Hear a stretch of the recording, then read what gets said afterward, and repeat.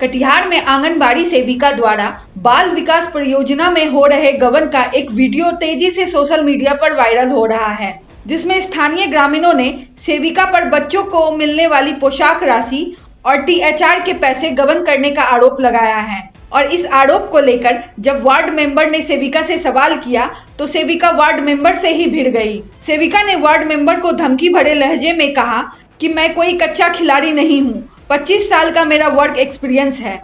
मेरे सामने कितने मुखिया और वार्ड मेंबर आए और गए, कोई मेरा बाल भी बांका नहीं कर सका। फोटो या वीडियो बनाने से मेरा कुछ नहीं होगा, मिल बांट कर खाइए, हम भी खुश आप भी खुश। यह वायरल वीडियो कटिहार के फलका प्रखंड क्षेत्र सोरठा दक्षिणी पंचायत के वार्ड नंबर 6 के आंगनवाड़ी केंद्र नंबर 72 की है। वायरल वीडियो को लेकर सीडीपीओ उषा कुमारी से पूछे जाने पर उन्होंने बताया कि सेविका से पोशाक गबन के मामले में लेकर स्पष्टीकरण मांगा गया है और उन्होंने आगे कहा कि जनप्रतिनिधि से इस तरह के लहजे में बात करना एवं जवाब देना बिल्कुल ही गलत है। सेविका से सही और संतोषजनक जवाब नहीं मिलने पर सेविका के विरुद्ध विभागीय कार्रवाई की जाएगी।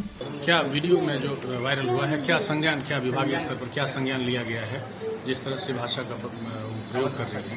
सेविका को शोकॉज किया गया है और आगे उनको समझाया भी गया है कि किसी भी जनप्रतिनिधि के लिए वो सम्मानित शब्द का इस्तेमाल करे और इस बात की भी जांच की जाएगी कि 400 बच्चों को पोशाक राशि वितरण किया जाएगी। अभी फिलहाल कोई कार्रवाई की गई? कटिहार के बरारी प्रखंड के रोनिया पंचायत के गांव गोरीडी वार्ड नंबर 14 में घरेलू विवाद को लेकर चाचा भतीजा में मारपीट हो गई। जानकारी के अनुसार विनोद शाह अपनी पत्नी के साथ पूजा करने मंदिर जा रहे थे। रास्ते में 10 से 11 की संख्या में अपने परिवार के साथ उनका भतीजा खड़ा था। चाचा विनोद शाह को देखकर भतीजे ने गाली गलौज करना शुरू कर दिया। जब विनोद शाह ने विरोध किया तो विवाद और बढ़ गया। भतीजे ने अपने परिवार के सदस्यों के साथ मिलकर चाचा को मारपीट कर लहूलुहान कर दिया और विनोद शाह की पत्नी जब बीच बचाव करने लगी तो वो भी गंभीर रूप से घायल हो गई। उसके बाद आसपास के ग्रामीणों ने बीच बचाव कर झगड़े को सुलझाकर विनोद शाह और उनकी पत्नी को पास के ही बरारी चिकित्सक केंद्र में इलाज हेतु ले गए। विनोद शाह और उनकी पत्नी ने थाने में आवेदन देके 10 से 11 लोगों को अभियुक्त बनाया है और प्रशासन से न्याय की गुहार लगा रहे हैं। कटिहार के रेल मंडल क्षेत्र के रेलवे सुरक्षा बल के सीपीडीएस टीम और रेल पुलिस द्वारा संयुक्त अभियान चलाकर गुप्त सूचना के आधार पर 90 लीटर विदेशी शराब को बरामद किया गया। जानकारी के अनुसार ट्रेन संख्या 13247 डाउन कैपिटल एक्सप्रेस ट्रेन के जनरल बॉगी के शौचालय में छुपाकर ले जा रहे थे छोटा और बड़ा विदेशी शराब की बोतल, जिसे रेलवे पुलिस द्वारा जब्त किया गया, लेकिन इस दौरान किसी की भी गिरफ्तारी नहीं हुई है। बलिया बेलोन पुलिस ने गश्ती के दौरान मीनापुर फुटानी चौक के पास देर शाम देसी कट्टा के साथ बाइक सवार 4 बदमाशों को धर दबोचा। थाना अध्यक्ष संजय कुमार पांडे ने बताया कि गश्ती गाड़ी को देखकर बाइक सवार अपराधी भागने का प्रयास कर रहे थे, जिसे सशस्त्र बल के जवानों ने खदेड़ कर अपने कब्जे में ले लिया। पकड़े गए अपराधी किसी बड़ी घटना को अंजाम देने वाले थे। पिछले दिनों भीषण अगलगी में आजमनगर प्रखंड क्षेत्र के जलको पंचायत के कदमगाछी गांव के 5 घर बुरी तरह से जलकर राख हो गए थे। पीड़ित परिवार से मिलकर राज्यसभा सांसद डॉक्टर अहमद अशफाक करीम ने चिंता व्यक्त की। उन्होंने इस दौरान सरकारी राहत सामग्री को लेकर आजमनगर प्रखंड के सीओ से दूरभाष पर पूरी जानकारी ली और सीओ को निर्देश दिया कि सरकारी मानक के अनुसार जो भी मुआवजा हो उसे 24 घंटे में उपलब्ध कराए। साथ ही पीड़ितों को इंदिरा आवास एवं गरीबी उन्मूलन से जुड़ी तमाम योजनाओं का लाभ दिया जाए। इस मौके पर राजद प्रदेश महासचिव समरेंद्र कुणाल, जिला अध्यक्ष अब्दुल गनी सहित दर्जनों लोग उपस्थित थे। हमने अभी सीओ आजम नगर से बात किया तो उन्होंने कहा कि मैं कल चेक दे रहा हूं। सब लोगों को कल जितना परिवार पीड़ित है, जितना घर जला है, सबको कितना बताया 9,800 का कल हम लोग चेक दे देंगे। लेकिन ये बहुत कम रकम है। उसके बाद मैं इन लोगों के लिए लड़ाई लड़ूंगा कि इंदिरा आवास योजना से भी इन लोगों को घर मिले और ये 1000 से कुछ नहीं होता, लाखों का नुकसान हुआ है, लाख में देना होगा। कटिहार सदर अस्पताल में पिछले 2 दिनों से ओपीडी का संचालन नहीं होने से ग्रामीण क्षेत्रों से जो लोग सैकड़ों की तादाद में इलाज कराने ओपीडी पहुंचते हैं, उन्हें निराश होकर वापस घर लौटने को मजबूर होना पड़ रहा है। ओपीडी का संचालन आखिर किस वजह से नहीं हो रहा है, इस संबंध में कोई भी मुंह खोलने को तैयार नहीं है। जिनके कंधों पर सदर अस्पताल के संचालन की जिम्मेदारी है, वह फोन नहीं उठाते हैं और तो और सिविल सर्जन कहते हैं उन्हें इस बात की जानकारी ही नहीं कि ओपीडी संचालन हो भी रहा है या नहीं, जबकि आपको ज्ञात हो कि सिविल सर्जन का ऑफिस सदर अस्पताल के उसी कैंपस में ही है। ऐसे में सवाल उठता है कि ओपीडी का संचालन आखिर किसके निर्देश पर बंद है। यदि बंद करने का कोई निर्देश जारी नहीं किया गया है तो ओपीडी में चिकित्सक क्यों नहीं बैठ रहे हैं, और यदि ओपीडी में बगैर कारण बताए चिकित्सक गायब हैं, तो सदर अस्पताल के उपाधीक्षक कार्रवाई क्यों नहीं कर रहे हैं। इसकी रिपोर्ट सीएस व डीएम को अब तक क्यों नहीं दी गई। ऐसे कई सवाल उठते हैं जिससे अस्पताल में अनियमितता की बात साबित होती है। बात यहीं खत्म नहीं होती है। सदर अस्पताल में जो मरीज भर्ती हैं उनका हाल भी बहुत बुरा है। जो लोग वहां भर्ती हैं उन्हें भी समुचित इलाज नहीं मिल पा रहा है। डॉक्टर प्रतिदिन देखने नहीं आ रहे हैं, सिर्फ नर्स व कंपाउंडर के सहारे मरीजों का इलाज चल रहा है। ऐसे में इलाजरत गरीब तबके के लोगों को भारी परेशानियों का सामना करना पड़ रहा है। यह सिलसिला 1-2 दिन का नहीं बल्कि पिछले 1 सप्ताह से सदर अस्पताल में यही वस्तु स्थिति बनी हुई है। समय पर मरीजों के वार्ड के कंबल भी नहीं बदले जाते, साफ सफाई की व्यवस्था तो क्या ही कहने, शुद्ध पेयजल की व्यवस्था भी नहीं है। ऐसे में रोग फैलने का खतरा और बढ़ गया है। ऐसे में जिले के और लोग भी सुरक्षित नहीं हैं। एक तरफा तो सरकार यह कहती है कि साफ सफाई का ध्यान रखे, दूसरी तरफ जहां से रोगियों से रोग फैलने का डर है वहीं सफाई नदारद रहती है। भागलपुर शहर में अपराध का ग्राफ लगातार बढ़ता ही जा रहा है और इसी पर लगाम लगाने को लेकर समीक्षा भवन में वरीय पुलिस अधीक्षक बाबूराम की अध्यक्षता में बैठक आयोजित की गई।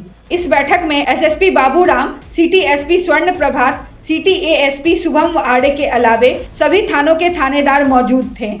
एसएसपी बाबूराम ने बताया कि इसमें निलंबित केसों की समीक्षा की गई। जितने भी केस लंबित पड़े हुए हैं उसका जल्द से जल्द निपटारा किया जाना है। इसी को लेकर सभी थानेदारों को दिशा निर्देश भी दिया गया है। इसके साथ साथ अन्य मामलों पर भी चर्चा की गई जिससे अपराध करने वालों पर लगाम लगाया जा सके। आज ये जिला में क्राइम मीटिंग का आयोजन किया गया है। इसमें सभी एसएचओ, सर्किल इंस्पेक्टर, एसडीपीओ लोग मौजूद हैं और विभिन्न कांडों में गिरफ्तारी, संपत्ति मूलक कांडों का उद्भेदन, केस में चार्जशीट, मद्य निषेध में कार्रवाई और विभिन्न अन्य मुद्दों पे यहाँ चर्चा की गई है, समीक्षा की गई है।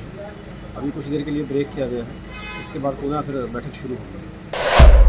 युवाओं में आत्महत्या का चलन बढ़ता ही जा रहा है। आजकल के इस प्रतियोगिता के दौर में कुछ युवा लड़के लड़कियों का मनोबल असफलता की वजह से गिर जाता है और उसके बाद युवा आत्महत्या के रास्ते पे चले जाते हैं। भागलपुर के जोगसर थाने क्षेत्र के कोयला घाट मोहल्ले में एक युवती का पंखे से लटककर आत्महत्या करने का मामला प्रकाश में आया है। जानकारी के अनुसार जोगसर थाने क्षेत्र के कोयला घाट निवासी जयप्रकाश यादव अधिवक्ता की पुत्री पूर्णिमा कुमारी ने फंदे से लटककर अपनी जान दे दी। मृतका LLB पार्ट 2 की छात्रा थी और TNV लॉ कॉलेज से पढ़ाई कर रही थी। रिजल्ट अच्छा नहीं होने के कारण वह काफी डिप्रेशन में थी। पुलिस मामले को लेकर छानबीन में जुटी हुई है।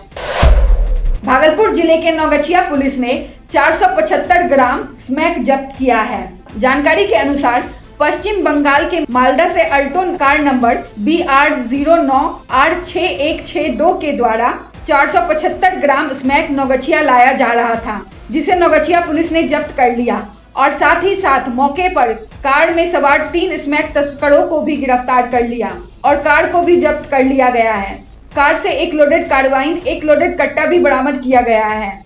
एसपी सुशांत कुमार सरोज ने बताया कि तीनों तस्करों में एक पुलिस का जवान शामिल है।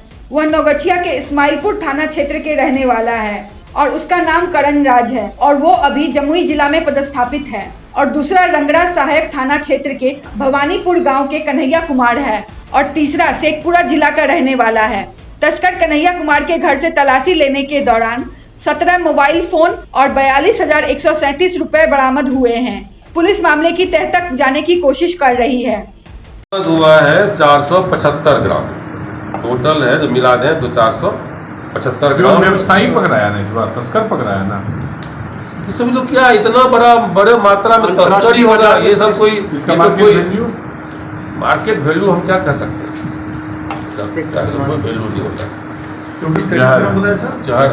475 ग्राम है। हम कुछ भी का वो अनुमान करेंगे, लाखों की कीमत है, ये लाखों की है, करोड़ों का नहीं है, ये लाखों की चीज़ है। लेकिन इसका बाजार में कोई वैल्यू तो होता नहीं। तो इसके पहले भी भागलपुर से लड़के लोग थे जो स्मैक का सामान ड्रग्स ला रहे थे, गिरफ्तारियाँ हुई थी। पुलिस जब भी सूचना मिलती है त्वरित कार्रवाई करते हुए उनको गिरफ्तार करते हैं, बरामद करते हैं। भागलपुर आइकॉनिक वीक सेलिब्रेशन के तहत जिलाधिकारी सुब्रत कुमार सेन, डीडीसी प्रतिभा रानी व बैंक के कई अधिकारियों ने सामूहिक रूप से दीप प्रज्वलित कर कार्यक्रम की शुरुआत की।